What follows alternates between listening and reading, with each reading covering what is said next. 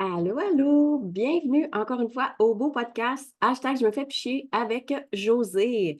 Donc, très, très heureuse que tu sois là encore au rendez-vous. C'est toujours un grand privilège pour moi de savoir que tu es là. Merci pour tes super beaux commentaires. Encore une fois, c'est plus qu'apprécié.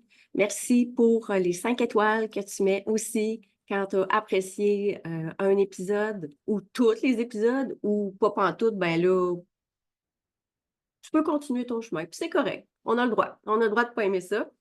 C'est bien parfait. Vive et laissez vivre, hein? Mais c'est ça. Hashtag je me fais plus chier non plus avec ça. Je sais que ça peut pas plaire à tout le monde, puis tant mieux. Puis tant mieux, ben, si ça te plaît, puis que tu apprends plein de choses et que tu mets ça aussi en action. Parce que pour moi, c'est ça qui est important. Parce que si on a beau avoir une grande vision, on a beau avoir des beaux projets, mais si on ne les met pas en action, tout ça ne sert absolument à rien. Je sais que ça prend, pour certaines personnes, ça prend plus de temps.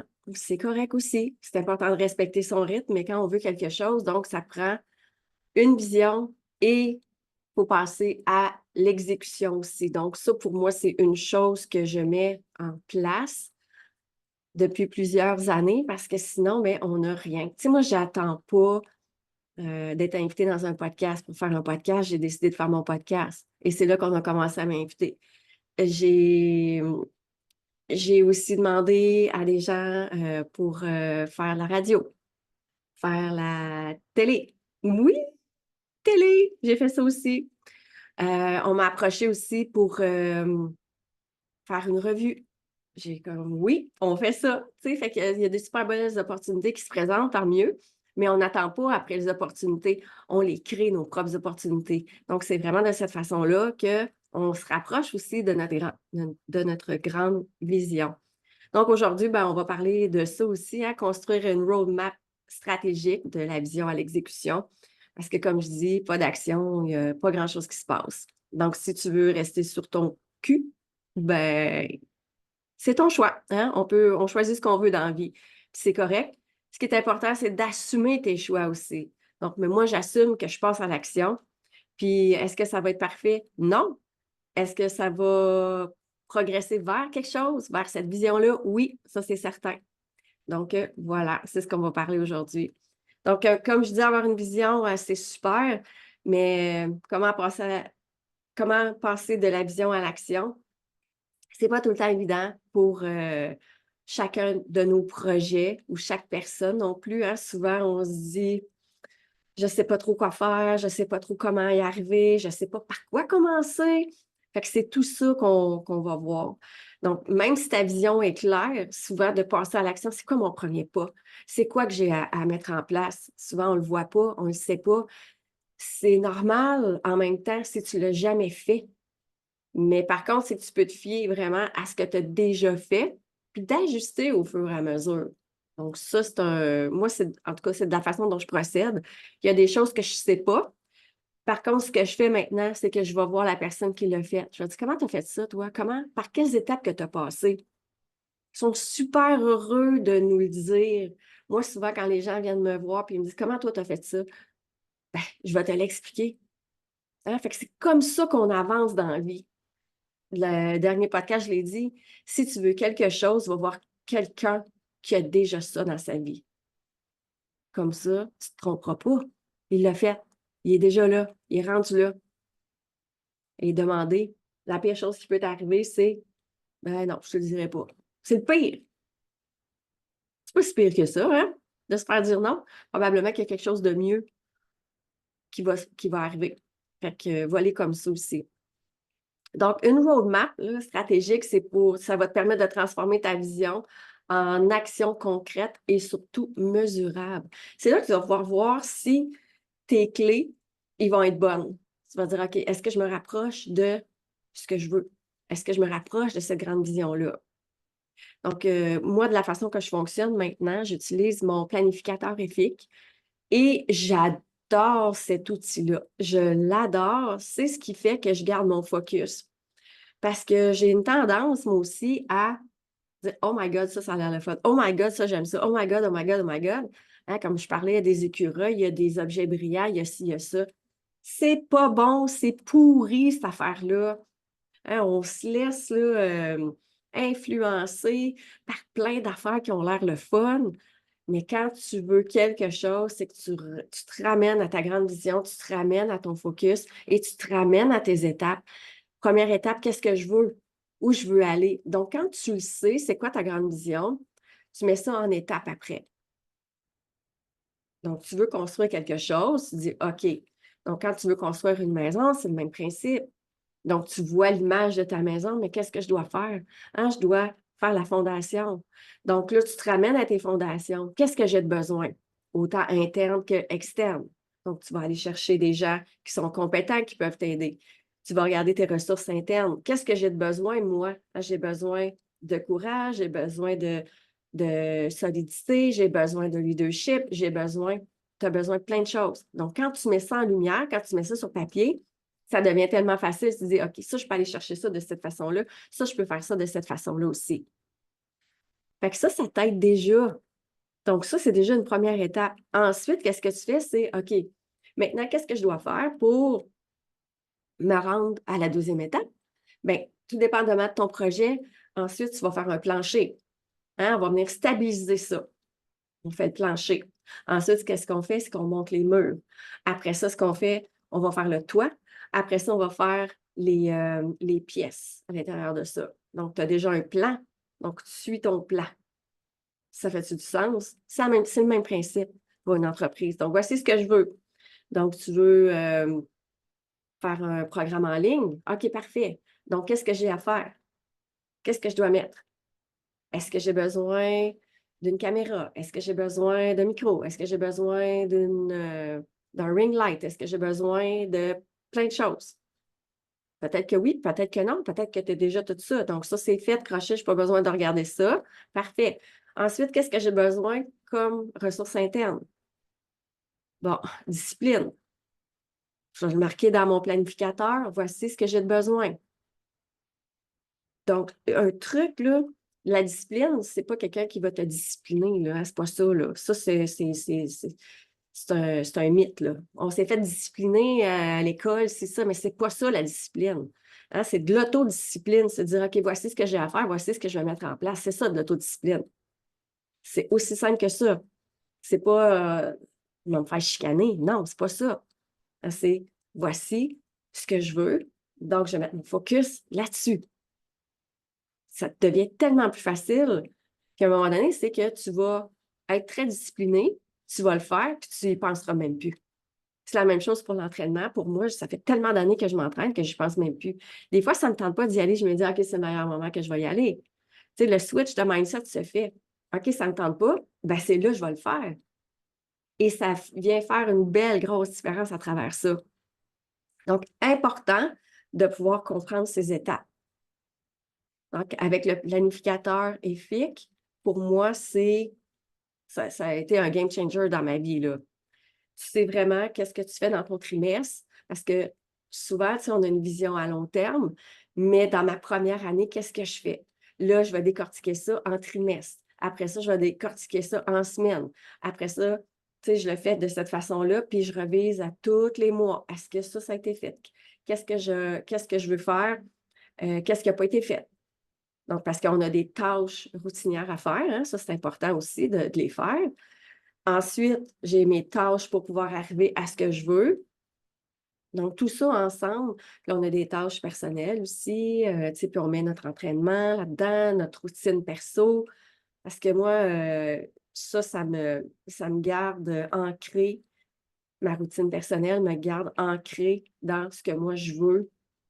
Parce que, tu sais, encore une fois, si j'ai pas de temps, si j'ai pas d'énergie, ben, j'aurai pas ça. Je pourrais pas faire ce que je veux. Donc, je crée ma propre énergie en faisant ma routine du matin, en faisant ma routine du soir. Donc, ça, c'est hyper productif pour moi. Fait que fais la même chose pour toi. Tu sais, trouve des choses qui font du sens, là. Je te dis pas de t'entraîner puis de faire ci, faire ça comme moi, mais trouve-toi une routine, trouve-toi un rituel, si tu préfères le mot rituel. Mais moi, routine ne me dérange pas parce que c'est ça de la routine. On est des êtres routiniers, les humains. On fait tout le temps la même affaire. On fait tout le temps les mêmes affaires. Fait que pourquoi pas se trouver des routines qui sont payantes en temps, énergie. Donc ça va faire une grosse différence. Donc, ta routine n'a pas besoin non plus d'être très, très stricte, hein, dans le sens où tout est malléable, là. C'est la même chose pour ton roadmap. Tout est malléable aussi, là. Tu dis, OK, ben là, ça va aller peut-être pas ce mois-ci, mais ça pourrait aller au mois prochain. Parfait. Tant que tu passes à l'action, tant que tu suis ça, mais normalement, en trois mois, dans ton trimestre, tu es capable de pouvoir faire ce que tu veux faire.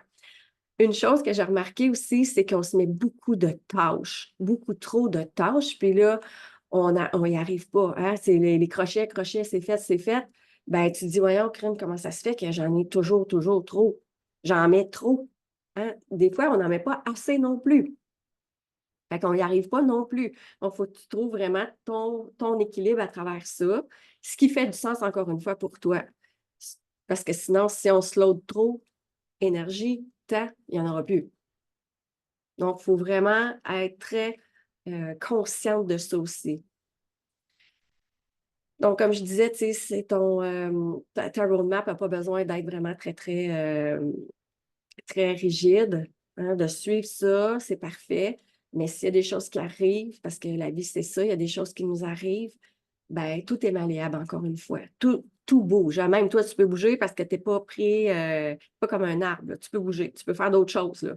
Mais si tu gardes ta vision puis dire, OK, ça ne marche pas, je vais faire autre chose, parfait, c'est correct. Donc, tu vas te faire un autre roadmap stratégique, tu vas y aller avec ce que tu veux, encore une fois. Il n'y a pas d'erreur, il y a juste du feedback.